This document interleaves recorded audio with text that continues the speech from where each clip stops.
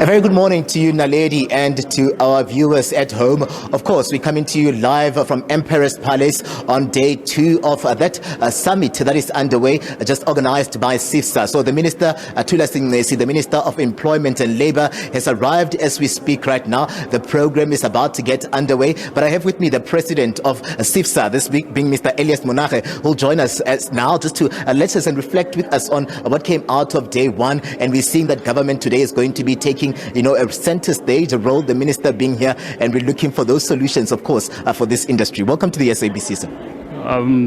Thank you to you and to your listeners for inviting us this morning. So yeah, today, of course, it's very important. We are wrapping up, the summit, day 1. We saw a lot of engagements, panel discussions as well. And today we're seeing the minister here as well. We're looking for solutions for this sector.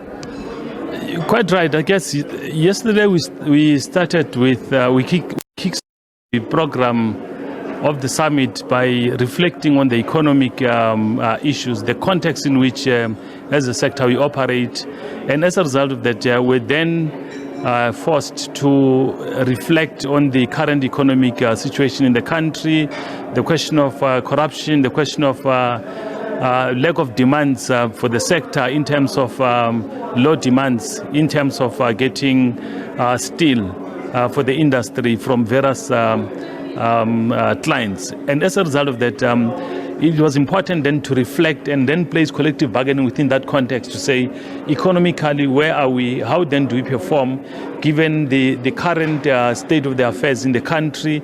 And as a sector, we needed to make hard choices in terms of the economic setup so that when we then engage a government on various projects, we're then informed by the current state of the affairs. And secondly, even to the extent that when we had the panel discussions yesterday, it was to reaffirm the current economic situation that we are faced with.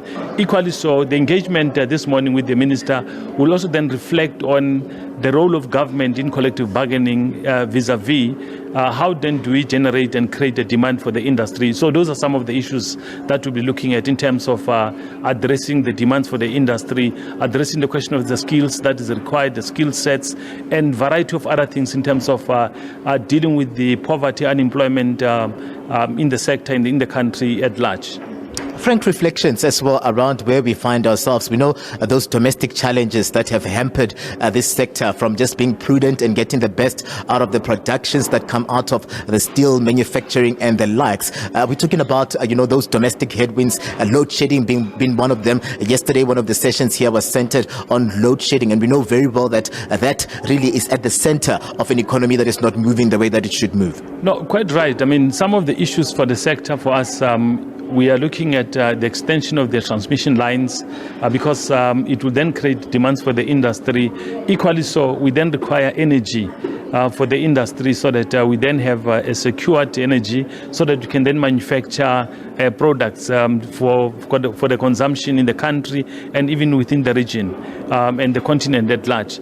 The second thing for us on the energy constraints, again, is around how effectively can we assist government in terms of partnering with them in addressing the energy problems so that as a sector, again, it generate the demands for the sector. The third part for us, again, is around how effectively and efficiently we also then utilize the Africa Free Continental Agreement in the main as a part of supplying the demands or the products that is manufactured and engineered in this country for the consumption of the continent. So those are some of the issues that we are looking at. Just finally, before I let you go, sir, workers at the center of this, because we're talking about wage negotiations, they really have not been getting the best out of these sessions, and collective bargaining, we've often heard that it's under attack, under siege, and the minister is here. The minister was at the center in terms of what has been happening at the public servants having to go on strike. Are you looking at just frankly talking to government around the wages and the workers so that we cushion also, them in terms of the socioeconomic challenges that they find themselves in, those that are not even in their doing? In this sector, we have a collective agreement that is it runs for 3 years. Next year, we suppose then to go back. We are going back to the collective bargain, to the table, to negotiate for a further 3-year agreement. Now, part of this summit is at the center of how are we going to approach collective bargaining next year. And these are the reasons why we've invited all the unions to this summit. We've invited even other employers' organizations to be part of this session so that in the main we can then address adequately the question of collective bargaining in a different form.